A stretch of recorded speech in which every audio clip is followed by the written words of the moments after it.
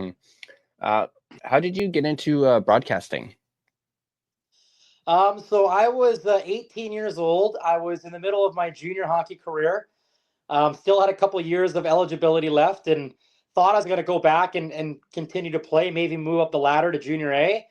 And then all of a sudden, after our season came to an end, I always wanted to get into broadcasting. I always thought it'd be after I was done playing, but just felt like, you know what? I'm probably not going to make it to the NHL. I don't think I'll get a scholarship. So why not just drop everything and try to get into broadcasting? We had a close family friend who was actually on Sportsnet 650, Marcus Fitzgerald, who was going through a program that he really enjoyed at Columbia Academy. Don Taylor went there. I've always been a big Don Taylor guy. And so I did research on what Columbia Academy was all about. And it was very hands on the air from pretty much day one or the first week. And I had a nice little sports broadcasting program as well for a couple of weeks. And ended up jumping into that industry and didn't look back. So kind of came out of the blue as something I always wanted to do, but got into it a lot sooner than I thought I would. All right. And then how did you get involved with Abbotsford? So I got involved halfway through the first year. There was another commentator in place, James Sobalski.